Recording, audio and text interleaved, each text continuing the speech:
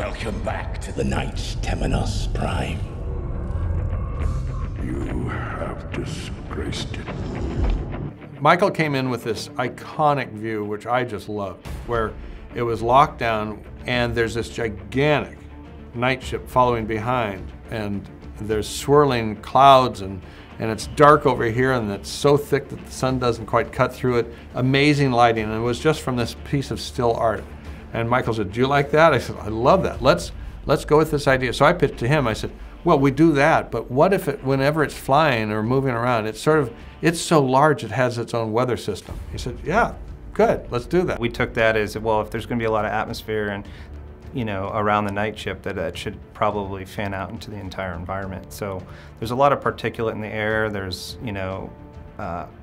everything's a little more over the top than you would probably expect.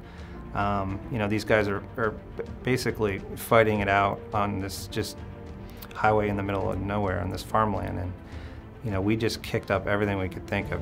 The trouble with loyalty to a cause is that the cause will always betray you.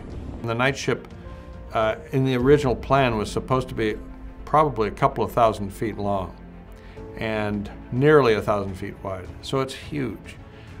Well, once again, we're faced with one simple thing: how do you tell scale from something like that? And one way to do that is to have small pieces that look like they could, be something that we can relate to as humans that assemble this thing. So whenever you get in close, you can see all these hundreds and hundreds of pieces on the outside where it was assembled. And some of the inspiration that we got for the ship, especially for what we call the prawns or the big arms that stick up in the air, were from sailboat rigging.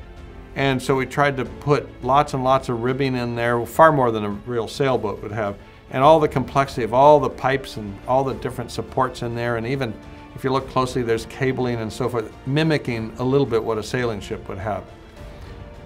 That's the outside, and the outside was plenty complicated, but now we go in the inside. One idea was to always have curves here and there, have conduits and piping, so it wasn't just big right angles locked together like you'd see in a skyscraper. That was not the idea. It's supposed to be very organic, like maybe some creature style of a thing.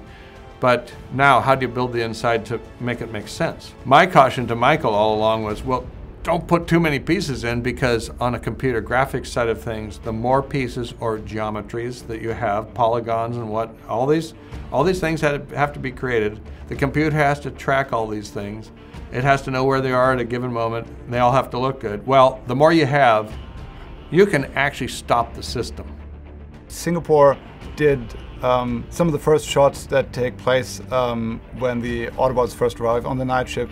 And Michael really wanted this ship to feel different, so it ended up being much more, having like large openings in the sides of the ship that sunlight could stream in, with lots of atmospheric effects, light shafts, and a very, very different look from the way the interiors looked in previous movies. Lockdown ship has booby traps. Eyes open. Beware of his bone grinders, brain blinders, flesh peelers, chromosomal inverters, catatonic sludge, black hole trapdoors, and of course radiation.